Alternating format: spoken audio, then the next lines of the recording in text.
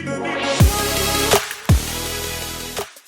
दर्शक नमस्ते सबैजनालाई, तपाईँ सबैलाई यो च्यानलमा स्वागत छ।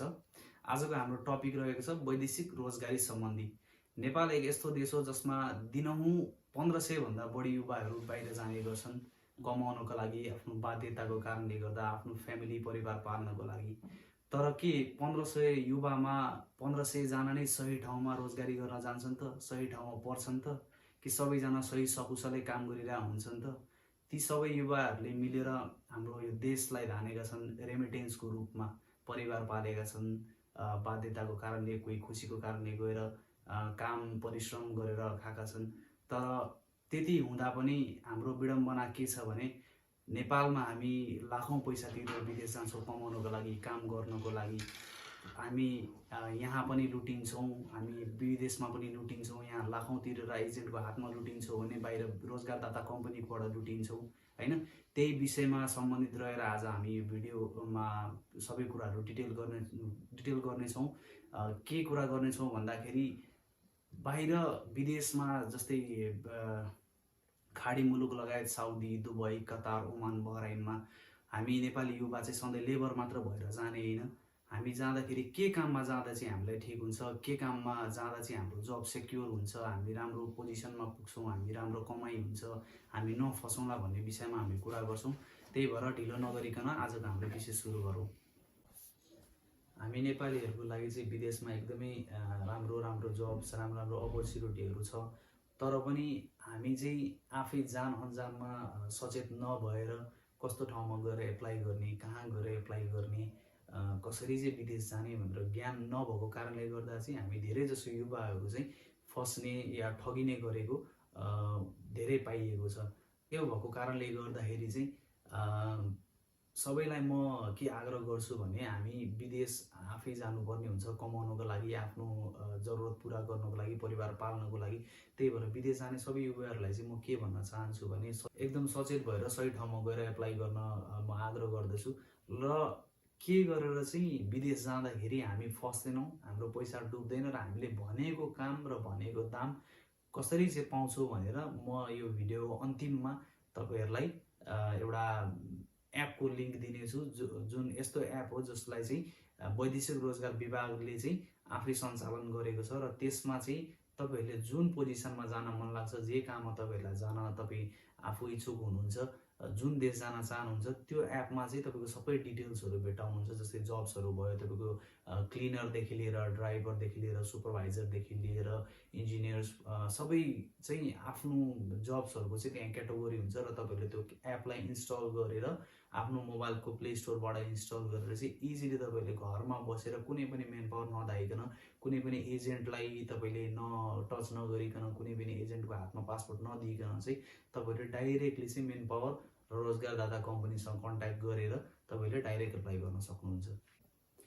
हामी अधिकांश युवाहरू विदेश जाँदाखेरि जहिले पनि देख्ने गरेका छौँ, लो ग्रेडका काममा जाने गरेका छौँ। जस्तै लेबर, स्टिल फिक्सर, कार्पेन्टर, यस्तै काममा गएर हाम्रो वहाँ विदेश गइसके पछाडि जबको सेक्युरिटी पनि हुँदैन, हाम्रो ज्यानको सुरक्षा पनि हुँदैन होइन। तर आज हामीले यस्तो टपिकहरू लिएर आएका छौँ, यस्तो जब्सहरू लिएर आएका छौँ जुनमा चाहिँ हामीले यो अहिले टाइमको सदुपयोग गरेर, केही टाइम खर्च गरेर, केही थोरै पैसा खर्च गरेर, केही काम सिकेर, टाइमको सदुपयोग गरेर विदेश जाँदाखेरि चाहिँ हामी फस्ने डर पनि एकदमै कम हुन्छ र हाम्रो स्यालेरी पनि राम्रो हुने, फेसिलिटिज पनि राम्रो हुने, र हामीले सजिलै वहाँ कमाएर चाहिँ आफ्नो परिवार पाल्नलाई खासै गाह्रो हुँदैन। हाम्रो जब्स को पोस्टहरू सुरु गरौँ। हामी एक न एक दिन, एक न एकचोटि होटल, रेस्टुरेन्ट, क्याफेहरूमा हामी जाने गरेको छौँ। जाँदाखेरि हामीले देख्ने गरेको छौँ बारिस्ता भनिन्छ, कफी मेकर। बारिस्ता भनेको चाहिँ के हो भन्दाखेरि कफी मेकर हुन्छ जसले चाहिँ कफीमा आर्ट बनाउँछन्। जस्तै कफीको आइटम्सहरू हुन्छ, क्यापेचिनो, लाटे, मोका, यस्तो बनाउँदाखेरि चाहिँ माथिबाट एउटा आर्टहरू गर्ने गरिन्छ, त्यसलाई चाहिँ बारिस्ता भनिन्छ। बारिस्ताको काममा जाँदाखेरि चाहिँ तपाईँको बाहिर खाडी मुलुक जुनसुकै देशमा पनि, साउदी, ओमान, बहराइन जहाँ गए पनि नर्मल स्यालेरी 1300 देखि 2000, यानि नेपाली करेन्सीमा हेर्दाखेरि 40,000 देखि 60,000 को हाराहारीमा चाहिँ बेसिक स्यालेरी पाउने गरिन्छ। बारिस्ताको काम भनेको कफी बनाउने, कफी आर्टहरू गर्ने, जसको चाहिँ नेपालमा विभिन्न ट्रेनिङ सेन्टर्सहरू छन्। विभिन्न ट्रेनिङ सेन्टरमा गएर तालिम लिन सकिन्छ। 15 दिनदेखि 1 महिनाको तालिम हुन्छ। 15 दिनदेखि 1 महिनाको तालिममा तपाईँको 15 देखि 20,000 खर्च यदि गर्नुभयो र टाइमको सदुपयोग गरेर राम्रोसँग स्किल सिक्नुभयो भने चाहिँ तपाईँले विदेश गएर कहिले पनि दुःख पाउनुहुने छैन। नम्बर दोस्रोमा रहेको छ कुक। कुक यानि सरल भाषामा हामीले नेपाली बुझ्दाखेरि भान्से भनेर बुझिन्छ। अधिकांश विदेशबाट विदेशका देशहरू जस्तै साउदी, ओमान, बहराइन, कतारबाट क्याफेहरूको लागि, रेस्टुरेन्टको लागि चाहिँ कुकको अत्याधिक माग भएर आउँछ। चाहे त्यो इन्डियन कुक होस्, कन्टिनेन्टल कुक होस् या कन्टिनेन्टल कुक होस् होइन। कुक सिक्नलाई धेरै गाह्रो छैन। तपाईँहरूले चाहिँ 1 महिनादेखि 3 महिनासम्मको तालिम लिएर होटल ट्रेनिङ सेन्टरमा गएर तालिम लिएर चाहिँ केही सिप सिकेर जानुभयो भने चाहिँ कुकमा तपाईँको बेसिक स्यालेरी भनेको 2,000 देखि 3,000, जसमा चाहिँ नेपाली तलबमा हेर्दाखेरि चाहिँ 60,000 देखि 90,000सम्म हामीले इजिली कमाउन सक्छौँ। हामीलाई खासै गाह्रो हुँदैन। यो यस्तो काम हो जुन खाडी मुलुकमा पनि हामीले चाहिँ भित्र बसेर काम गर्नुपर्छ। घाममा मरिमरि परिश्रम गर्नु पर्दैन, पसिना बगाएर काम गर्नु पर्दैन। भित्र काम गर्ने सुरक्षित तरिकाले काम गर्न सकिन्छ। नम्बर तेस्रोमा रहेको छ वेटर। केही राम्रो पर्सनालिटी र केही राम्रो अङ्ग्रेजीको ज्ञान भएको मान्छेको लागि चाहिँ वेटर काम एकदमै राम्रो हुने गरेको छ। विदेशमा गएर चाहिँ चर्को घाममा दुःख नगरिकन केही आरामले काम गरेर चाहिँ म पैसा कमाउँछु भन्नेहरूको लागि चाहिँ वेटर एकदमै राम्रो भएको छ। अधिकांश युवाहरू पढे लेखेको भएको कारणले गर्दा पनि बाध्यताको कारणले गर्दा विदेशमा चाहिँ चाहेर नचाहेर जान अनजानमा चाहिँ आफूले जानेको काम, आफूले गर्न सक्ने काम भन्दा पनि लो ग्रेडको काममा गएर चाहिँ धेरै युवाहरू चाहिँ पीडित भएको पाइएको छ। वेटरको काम सिक्नलाई खासै गाह्रो छैन। तपाईँको गाउँठाउँमा होस् या सहरमा होस्, अधिकांश ट्रेनिङ सेन्टर्सहरूमा गएर चाहिँ 15 दिनदेखि 1 महिनाको तालिम लिएर वेटर काम सिकेर तपाईँ बाहिर जानुभयो भने चाहिँ वेटरको स्यालेरी नर्मल्ली पनि 1200 लिएर 2,000 रियल या 2,000 दिराम भनौँ, त्यो रेन्जमा भेटिन्छ, जसमा चाहिँ नेपाली मुद्रा हेर्दाखेरि 45,000 देखि 60,000सम्म चाहिँ आरामले कमाउन सकिन्छ। नम्बर चौथोमा रहेको छ कार अथवा मोटर बाइक मेकानिक। यो यस्तो जब हो जसमा चाहिँ विदेशबाट माग एकदमै हाई र जनशक्ति भने एकदमै लो पाइन्छ। कार अथवा मोटर बाइक मेकानिक भनेको तपाईँको कम्पनीहरूको ग्यारेजको लागि होस् या बाहिरको वर्कसपको लागि होस्, यो एकदमै माग भएर आउँछ। तर यहाँबाट जाने जनशक्ति भने एकदमै कम भेटिन्छ, जसमा चाहिँ तपाईँले न्यूनतम तलब चाहिँ 2,000 देखि 3,000सम्म भेटाउनुहुन्छ, जसलाई चाहिँ नेपाली मुद्रामा हेर्दाखेरि चाहिँ 60,000 देखि 90,000सम्म चाहिँ पाइने गरिएको छ। नम्बर 5मा रहेको छ फार्मासिस्ट, डक्टर अथवा नर्स। आजभोलि युरोप, अमेरिका, अस्ट्रेलियाले मात्र नभएर खाडी मुलुक जस्ता युएई, साउदी, बहराइनले नर्सको, डक्टरको चाहिँ माग एकदमै हाई भएको पाइन्छ।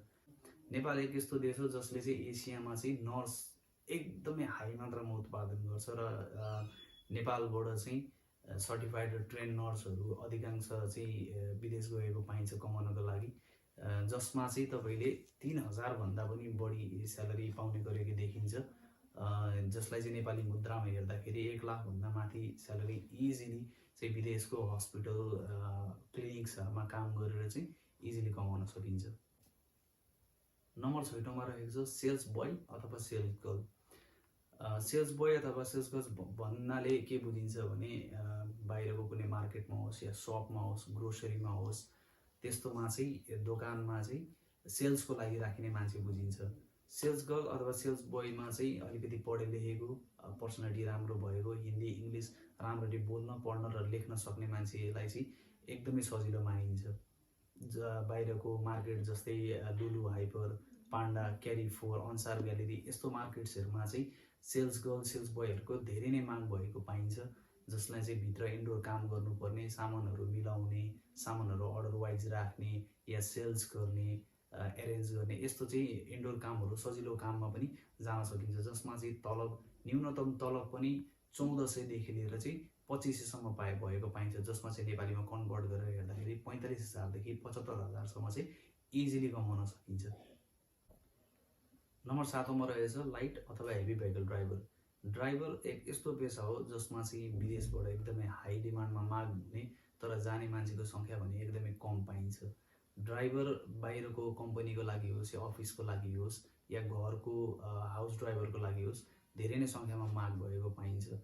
ड्राइभरमा चाहिँ नेपाली लाइसेन्स भएर ट्राफिक रुल्सहरू मजाले थाहा पाउन सक्ने, चिन्न सक्ने या ट्राफिक रुल्सको चाहिँ एकदमै राम्रो ज्ञान भएको मान्छेहरूलाई जाँदाखेरि चाहिँ खासै गाह्रो नपर्ने होइन ट्राफिक रुल्सहरूसँग चाहिँ एकदमै मिलनसार भएको व्यक्तिलाई चाहिँ बाहिर गाडी कुदाउँदाखेरि पनि त्यहाँको ट्राफिक रुलहरू इजिली बुझेर चाहिँ फाइनहरूमा नपर्ने त्यो हुँदाको कारणले गर्दा चाहिँ आफूले कमाएको पैसाहरू चाहिँ इजिली जोगाउन सकिन्छ होइन। ड्राइभरको चाहिँ न्यूनतम तलब पनि तपाईँको 45,000 देखि 75,000 चाहिँ इजिली नेपाली ड्राइभरहरूले चाहिँ विदेशमा कमाएको भेटिन्छ। नम्बर 8मा रहेको छ इन्जिनियर। इन्जिनियरलाई चाहिँ एक दक्ष जनशक्तिको रूपमा मानिन्छ। आजकल खाडी मुलुकमा चाहिँ इन्जिनियरहरूको एक नयाँ गन्तव्य जस्तो रूपमा भएको पाइन्छ। खाडी मुलुकका कन्स्ट्रक्सन कम्पनीलाई होस् या मेकानिकल काम सम्बन्धी होस् या आइटी सफ्टवेयर सम्बन्धी होस्, इन्जिनियरको चाहिँ एकदमै धेरै माग भएर आउने गरेको छ। बाहिर गएर कन्स्ट्रक्सन फिल्डमा सिभिल फिल्डमा काम गर्दाखेरि चाहिँ इन्जिनियर्सहरूको लागि एकदमै राम्रो स्कोप भएको पाइन्छ। जस्तै देशहरू युएई, साउदी, ओमान, बहराइन यिनीहरूबाट चाहिँ बेसिकली धेरै मात्रामा चाहिँ सिभिल इन्जिनियरहरूको माग भएको पाइन्छ, जसमा चाहिँ न्यूनतम पनि तलब नेपाली 1 लाखभन्दा बढी चाहिँ आर्जन गर्न सकिन्छ। नम्बर 9मा रहेको छ फोरम्यान अथवा सुपरभाइजर। कुनै पनि 4-5 जनाको ग्रुपलाई लिएर कुनै पनि काम गर्नु परोस् या काम सिकाउनु परोस् भने चाहिँ त्यस्तो काममा चाहिँ फोरम्यान अथवा सुपरभाइजरको चाहिँ एकदमै ठुलो भूमिका हुन्छ।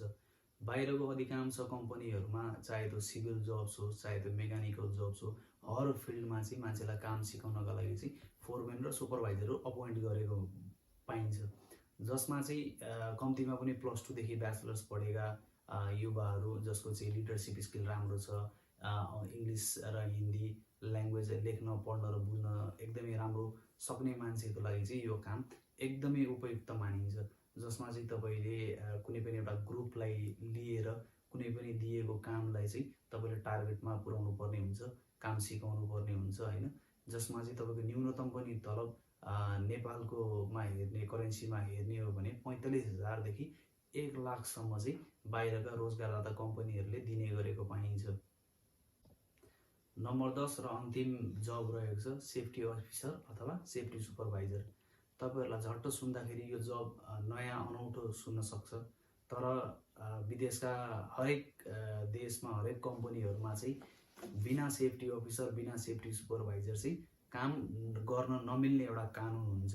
सेफ्टी सुपरभाइजर अथवा सेफ्टी अफिसर भनेको कस्तो मान्छे हो भन्दाखेरि कुनै पनि काम गरेको ठाउँमा चाहिँ त्यो कामलाई चाहिँ एकदमै सेफली रूपमा सिद्ध्याउनु पर्ने, कुनै पनि एक्सिडेन्ट बिना, कुनै पनि इन्सिडेन्ट बिना, केही पनि कसैलाई लस नभइकन, केही इन्जुरी नभइकन चाहिँ त्यो कामलाई पुरा गर्नको लागि भनेर एउटा सेफ्टी अफिसर राखिएको हुन्छ, जसमा चाहिँ त्यसको लागि चाहिँ एउटा सर्टेन ट्रेनिङ लिनुपर्ने हुन्छ सेफ्टी सम्बन्धी, जसमा तपाईँको आयोस पर्न सक्छ, ओसा पर्न सक्छ, नेबोस पर्न सक्छ।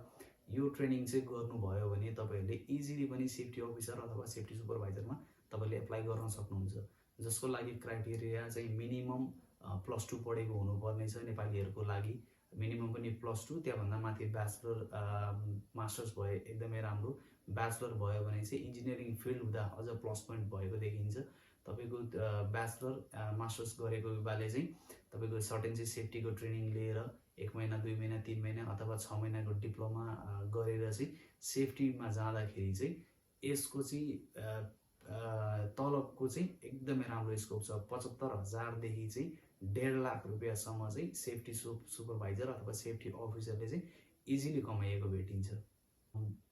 मेरो यो भिडियो बनाउनुको मेन मोटिभ के हो भन्दाखेरि चाहिँ म आफै पनि वैदेशिक रोजगारीमा चाहिँ 2 पल्ट गएर आएको कारणले गर्दाखेरि बाहिर चाहिँ अधिकांश युवाहरू दुःखमा परेको देखेँ अनि फसेको देखेँ। कसैलाई चाहिँ एजेन्टले फसाएको, कसैलाई चाहिँ मेन पावरले फसाएको, लाखौँ पैसा लिएर चाहिँ धेरै जसो मान्छेहरू चाहिँ फसेको, डुबेको भेटिए पछाडि चाहिँ मैले चाहिँ यो भिडियो मार्फत चाहिँ कसरी चाहिँ हामी सेफली बाहिर जान सकिन्छ, कसरी नफसिकन जान सकिन्छ, कसरी चाहिँ हामी सेफ हुन्छौँ, हाम्रो घर परिवारलाई चाहिँ हामीले सेफली कसरी चाहिँ हेर्न सक्छौँ भन्ने एउटा मेरो मेसेज हो। आशा गर्छु तपाईँहरूलाई मेरो यो भिडियो मनपर्छ होला। यदि तपाईँलाई भिडियो मन परेको खण्डमा च्यानललाई सब्सक्राइब गरिदिनु होला, भिडियोलाई लाइक अनि सेयर गर्न नभुलिदिनु होला। धन्यवाद।